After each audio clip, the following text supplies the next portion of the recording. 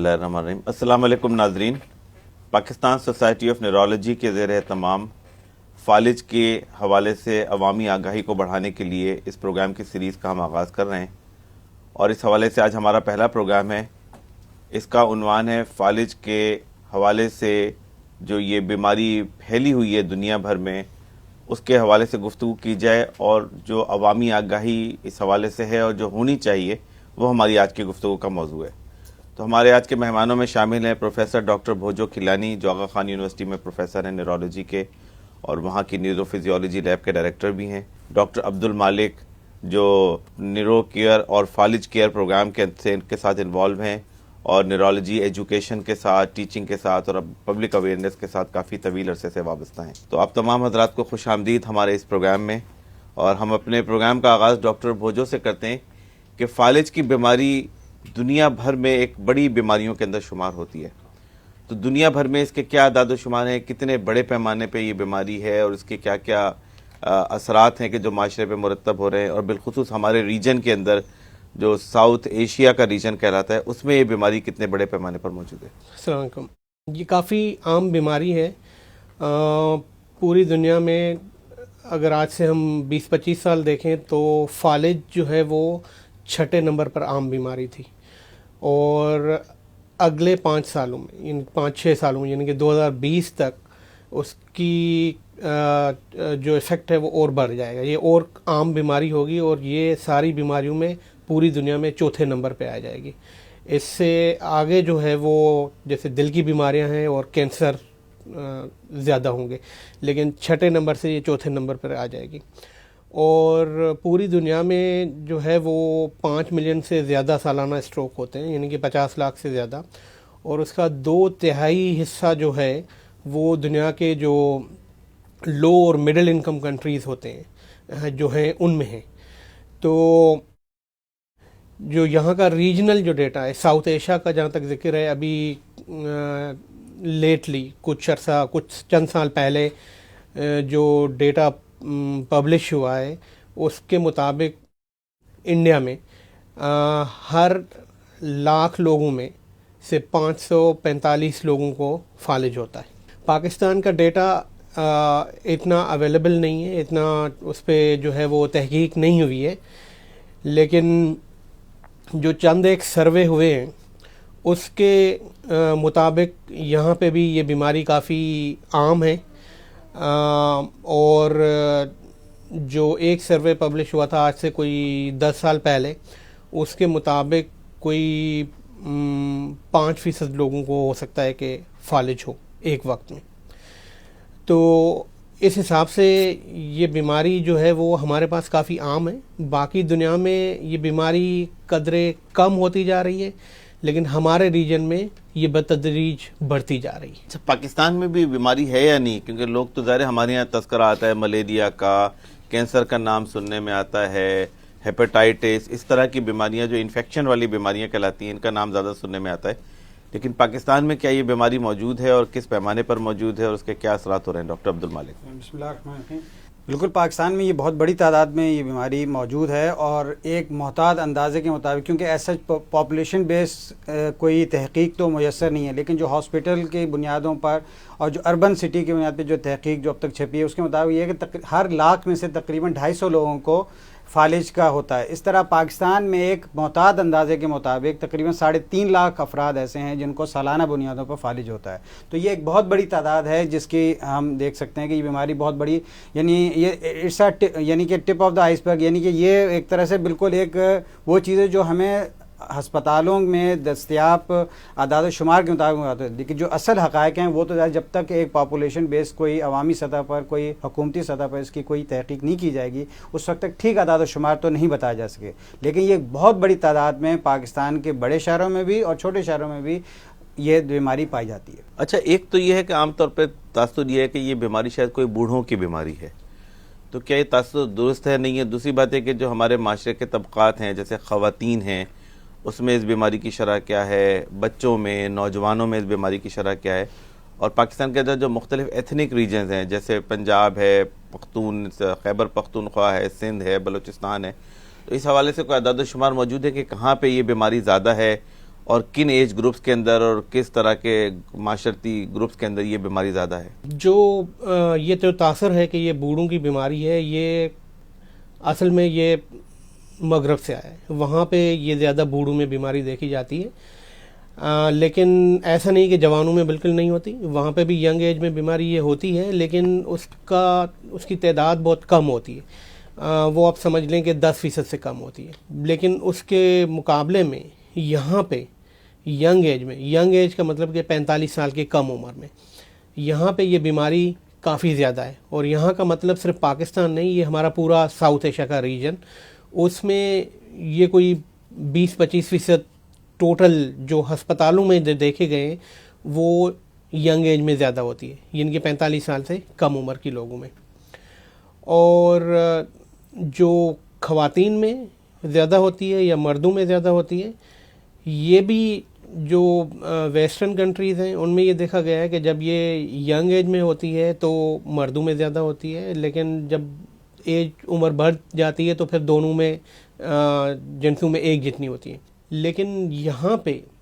جو ہمارا جو ینگ ایج گروپ ہے جس میں زیادہ ہوتی ہے وہ اس میں خواتین میں زیادہ ہوتی ہے، تو جو خواتین ہیں ان میں ینگ ایج میں قدریں زیادہ ہوتی ہے، اس کا پروپورشن جو ہے وہ زیادہ ہے مغربی ممالک کے مقابلے میں۔ اور میلز میں جو ہے وہ بھی ینگ ایج میں ریلیٹیولی زیادہ ہوتی ہے ایز کمپیئر ٹو ویسٹ،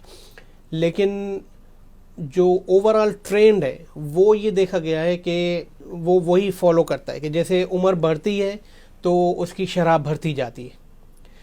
تو یہ بنیادی جو ہے وہ ڈفرینس ہے ہماری ریجن کا ویسٹ کے مقابلے میں، کہ ینگ ایج میں ہمارے پاس اسٹروک جو ہے وہ قدرے زیادہ ہے، اور خواتین میں ینگ ایج میں اور بھی زیادہ ہے، اور اس کی مختلف وجوہات جو ہے وہ ہیں جو کہ اس کے رسک فیکٹر ہیں جس پہ ہم بعد میں بات بھی کریں گے۔ جو آپ نے ایتھنک ڈفرینسز کی بات کی ہے، ریشل ڈفرینسز کی، اس پہ ایٹ لیسٹ ہمارے پاس کوئی بہت اتھینٹک ڈیٹا نہیں ہے، کوئی جیسے ڈاکٹر مالک نے بھی کچھ دیر پہلے کہا کہ ہمارے پاس کوئی پاپولیشن بیس جو ہے وہ سرویز نہیں ہوئے۔ جو پاپولیشن بیس سروے جو حکومتی سطح پر ہوا تھا وہ بہت پہلے ہوا تھا ارلی 90s میں، تو اس میں اسٹروک کو یا فالج کو نہیں دیکھا گیا تھا۔ تو اب جو ہے وہ جو اگلا سروے جو ہوگا یا ہونے جا رہا ہے تو اس میں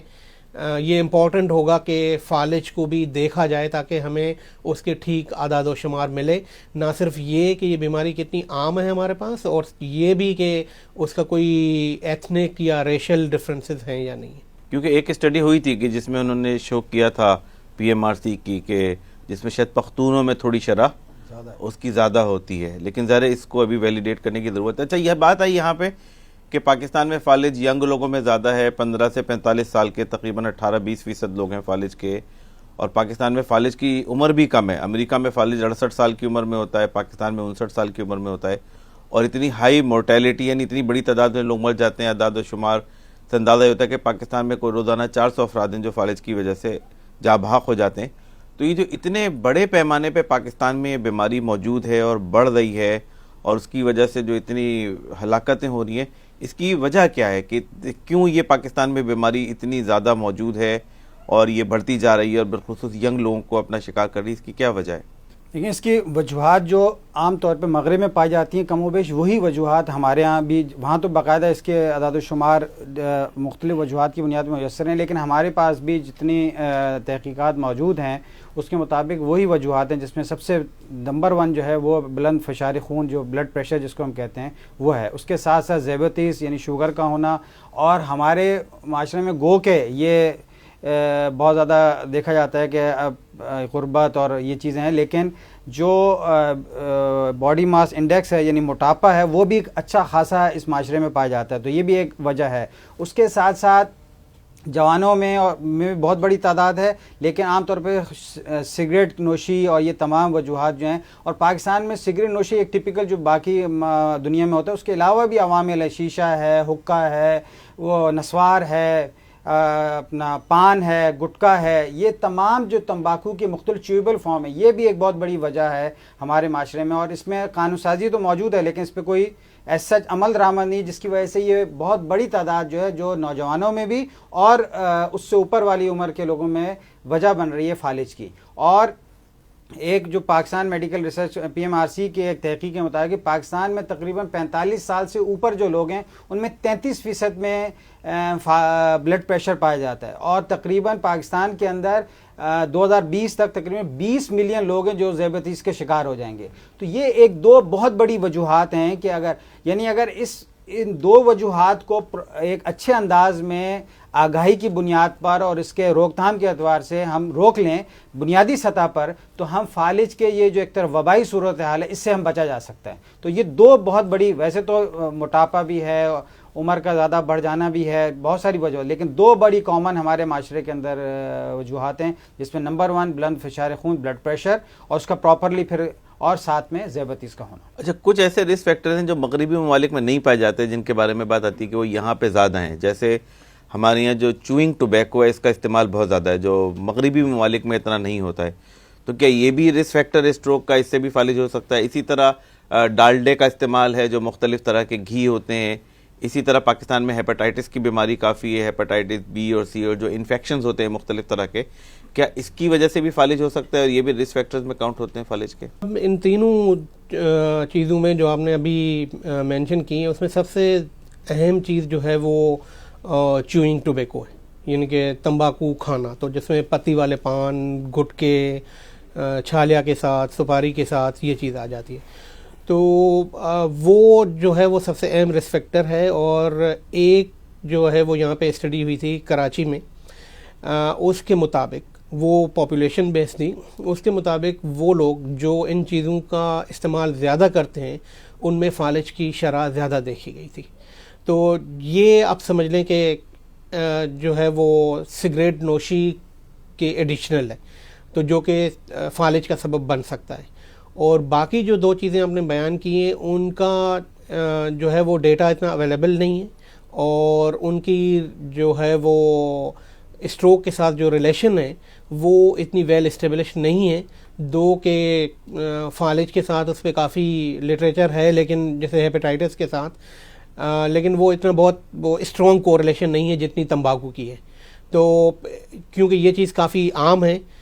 اور تو بلڈ پریشر اور شوگر کے ساتھ ساتھ میرے خیال میں اسموکنگ اور چیویبل ٹوبیکو جو ہے وہ امپورٹنٹ رسک فیکٹر ہے جس کو ایڈریس کرنے کی ضرورت ہے. اس کے ساتھ ساتھ تساہل پسندی جو ہمارے ہاں ایکسرسائز کا نہ ہونا، یعنی یہ ایک بہت بڑا، یہ بھی ایک رسک فیکٹر ہے کہ فزیکل ایکٹیویٹی ہر چیز میں ایک یہ ایک اسٹیبلش رسک فیکٹر ہے اسٹروک کے بیماری کے لیے. اچھا، اب جو یہ اتنے یعنی یہاں پہ جو بات آئی کہ ظاہر فالج ایک بہت عام بیماری ہے اور اتنی بڑی تعداد میں لوگ اس کا شکار ہونا ہے، اس کے رسک فیکٹرز بھی اتنے عام ہیں، لیکن ہم یہ دیکھتے ہیں کہ ہمارے معاشرے میں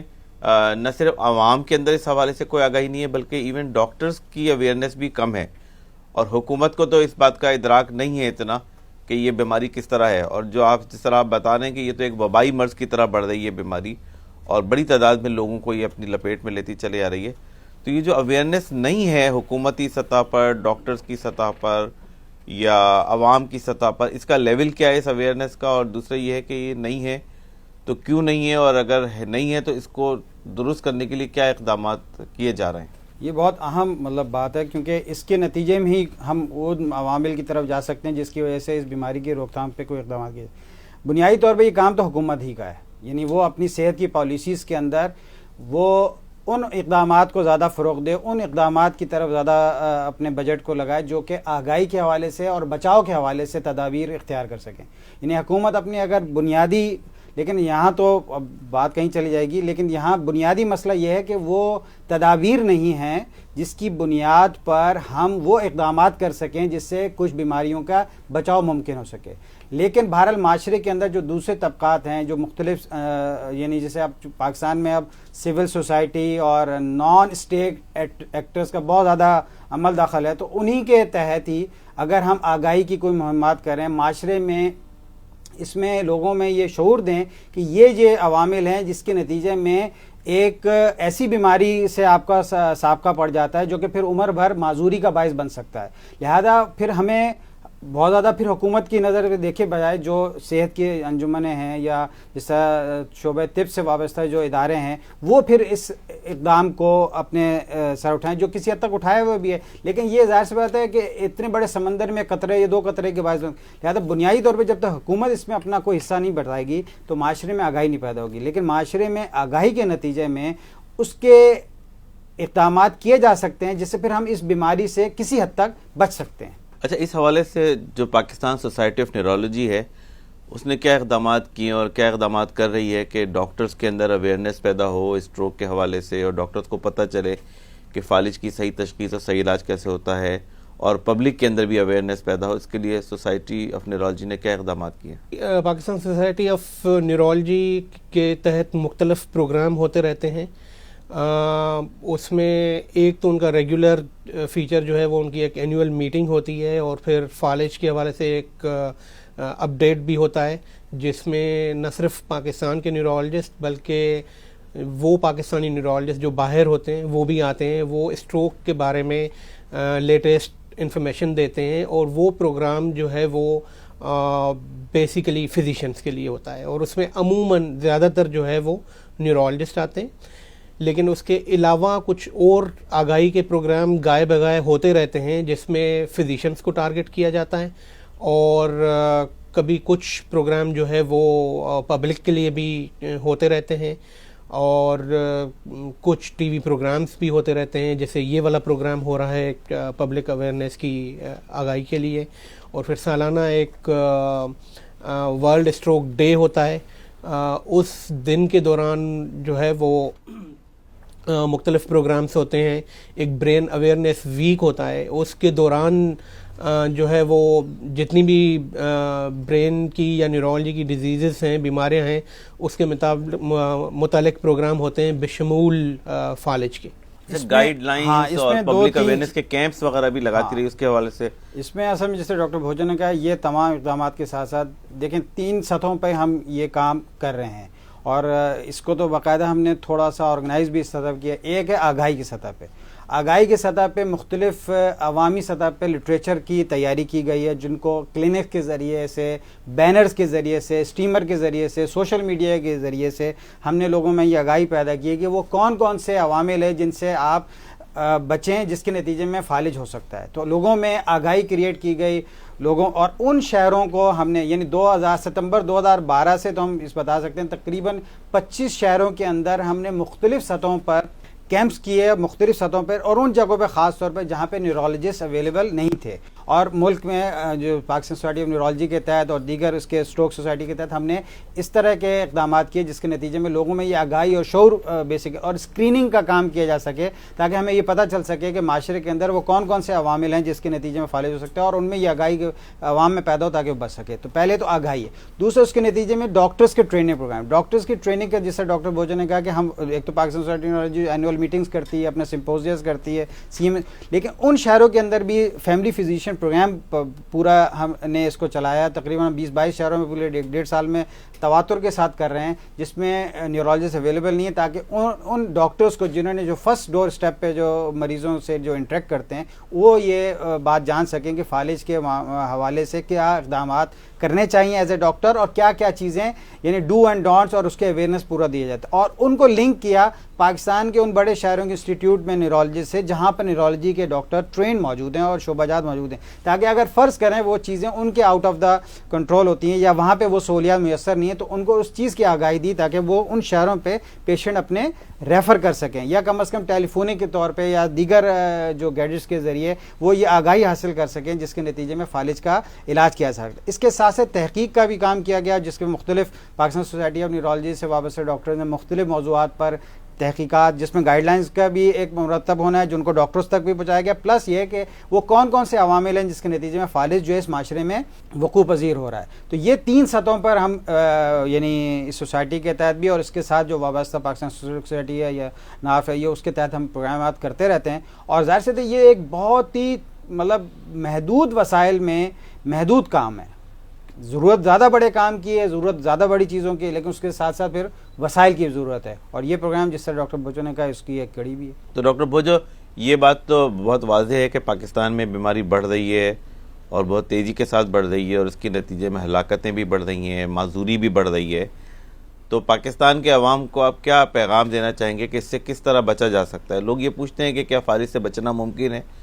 اور اگر بچنا ممکن ہے تو کس طرح اس سے بچا جا سکتا ہے؟ تو دو تین چیزیں جو ہم نے پہلے بھی ڈسکس کی ہیں، فالج جو ہے وہ کچھ رسک فیکٹرز ہیں اس کے،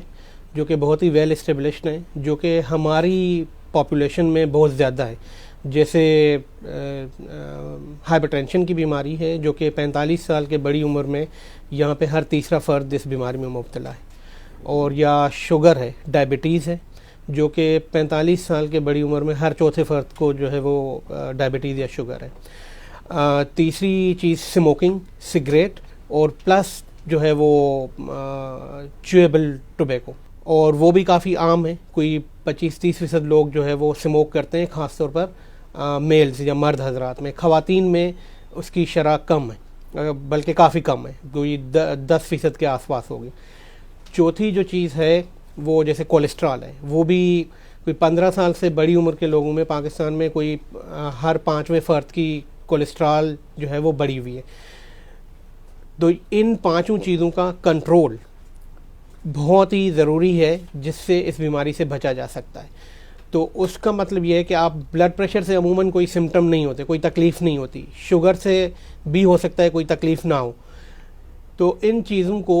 دیکھتے رہنا چاہیے اسکریننگ کے طور پر۔ جیسے اگر کسی کو بلڈ پریشر نہیں بھی ہے تو بھی کم سے کم 6 مہینے میں یا سال میں ایک مرتبہ بلڈ پریشر چیک کرواتے رہنا چاہیے۔ اگر وہ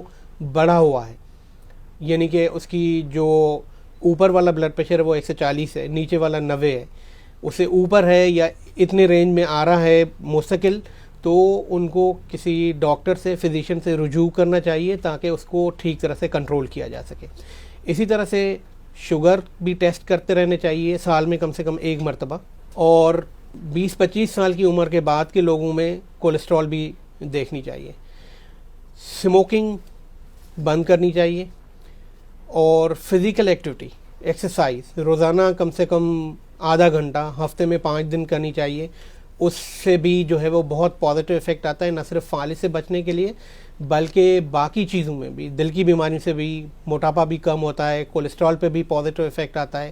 تو یہ ساری چیزیں ہیں جو کہ لوگ خود کر سکتے ہیں، اور اس میں کوئی اتنا بہت جو ہے وہ ہائی فائی چیز کی ضرورت بھی نہیں ہے، اور نہ ہی کوئی اتنی کاسٹ ہے۔ ایکسرسائز کی کوئی کاسٹ نہیں ہے، آپ کو صرف وقت چاہیے، ایک وقت نکالنا چاہیے۔ اسی طرح سے جو ہے وہ کھانے میں احتیاط، جیسے بہت چکنائی والی چیزیں، بہت نمکین چیزیں، ان سے کولیسٹرول بھی بڑھتی ہے، فالج کی رسک بھی بڑھتی ہے، بلڈ پریشر بھی بڑھتا ہے، تو وہ پھر ایک سائیکل بن جاتی ہے۔ تو اگر ڈائٹ ہیلدی ہونی چاہیے، جس میں جو ہے وہ مناسب مقدار میں گوشت بھی ہونا چاہیے، لیکن فروٹس اور ویجیٹیبلس بھی ہونی چاہیے، تاکہ ان سب چیزوں کا کنٹرول ہو۔ ابھی جو ریسنٹلی جو امریکن ہارٹ ایسوسی ایشن نے جو اپنا اپ ڈیٹ پبلش کیا ہے اس دسمبر میں 2013 میں، ان نے جو کارڈیو ویسکولر ہیلتھ کے جو 7 اہم جو رسک فیکٹر رکھے ہیں، کارڈیو ویسکولر کا مطلب کہ دل کی بیماریاں اور فالج، اس میں نہ صرف شوگر، بلڈ پریشر اور اسموکنگ کا ذکر ہے، بلکہ ایکسرسائز اور ہیلدی ڈائٹ کا بھی ذکر ہے۔ تو ان 7 پیرامیٹرز میں یہ 2 بھی اتنے ہی اہم ہیں جتنا بلڈ پریشر اور شوگر کا کنٹرول ہے۔ تو یہ تو وہ چیزیں ہیں جو کہ لوگ کر سکتے ہیں، اور پھر جیسے پہلے ذکر کیا کہ لوگوں میں آگاہی کس طرح سے آنی چاہیے،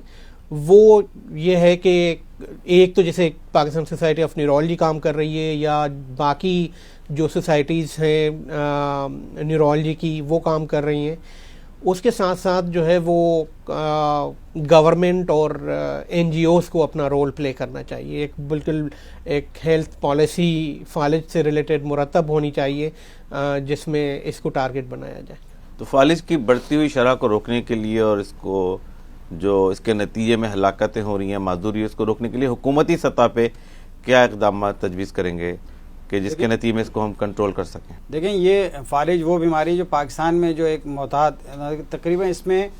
85% جو لوور انکم کے جو لوگ ہیں وہ موت کے شکار ہو جاتے ہیں، اور 89% وہ لوگ ہیں جو کہ جن کی روزمرہ زندگی جو ہے وہ تو مطلب جس کا آؤٹ کم اتنا خطرناک ہو اس پہ حکومتی سطح پہ اتنے ہی اہم اقدامات کی ضرورت ہے۔ تو جس طرح حکومت نے مختلف بیماریوں کے حوالے سے پریونشن پروگرام کیے ہوئے ہیں، جیسے ملیریا کا ہے، ٹی بی کا ہے، اپنا ہیپیٹائٹس کا ہے، تو اسی طرح نیشنل فالج یعنی نیشنل اسٹروک پریونشن پروگرام کا حکومت جو ہے اس کا آغاز کرے، اس کو اپنے پی ایم آر سی کے اس یعنی بیماریوں میں انکارپوریٹ کرے، تاکہ وہ یہ تمام عدد و شمار جیسے دیگر بیماریوں کے حوالے سے پی ایم آر سی جمع کرتی ہے یا دیگر بیماریوں کے حوالے سے اس طرح اس بیماری کے حوالے سے بھی نیشنل سروے ہونا چاہیے، اور اس کا پورا ایک پروگرام مرتب ہونا چاہیے جو پاکستان میں جو نیورولوجسٹ کی سوسائٹی ہے اس کے تعاون کے ساتھ پاکستان کی حکومت جو اس کا پورا پروگرام مرتب کرے، اور اس کو لانگ ٹرم بنیادوں پر عوام میں آگاہی کرنے کے لیے اس کے تمام یعنی اس کے حکومتی سطح پہ نہ صرف یہ کہ نیشنل پروگرامز اس کا ہونا چاہیے، بلکہ مختلف ڈی ایچ کیو لیول تک بھی اسٹروک یونٹ کا باقاعدہ سرکاری سطح پر اس میں، تاکہ اس کے نتیجے میں نیورولوجسٹ جو ہیں وہ صرف بڑے شہروں میں اویلیبل نہ رہیں بلکہ وہ چھوٹے ڈسٹرکٹ سطح پہ بھی جا کے اپنی سہولیات دے سکیں۔ تو یہ تو ایک ملٹی ڈائمینشنل پروگرام ہے جس کو بہرحال حکومت اگر اس کو اہمیت صحت کبھی ان کے حصے میں آئی تو اس کو اہمیت دیں گے تو انشاءاللہ کوئی شاید ہو سکے۔ ہمارا یعنی ریکویسٹ جو ہے وہ یہی ہے کہ نیشنل اسٹروک پریونشن پروگرام ہونا چاہیے جس کے نتیجے میں اس بیماری کے حوالے سے آگاہی۔ شکریہ ڈاکٹر بھوجو اور ڈاکٹر عبد المالک آپ کا کہ آپ نے ہمارے ناظرین کو بڑی اہم معلومات فراہم کی۔ ناظرین، آج ہم نے اسٹروک کے حوالے سے بہت اہم ایسپیکٹس پہ گفتگو کی۔ پاکستان میں یہ بیماری جس طرح سے بڑھ رہی ہے اور اس کے نتیجے میں جس طرح سے ہلاکتیں اور معذوری ہو رہی ہے، اس سے ہم بچ سکتے ہیں اور اس سے بچنا ممکن ہے، اس کے اوپر ہم نے گفتگو کی، اور انشاءاللہ ہم آئندہ پروگرام میں اس حوالے سے مزید گفتگو کے لیے حاضر ہوں گے۔ اللہ حافظ۔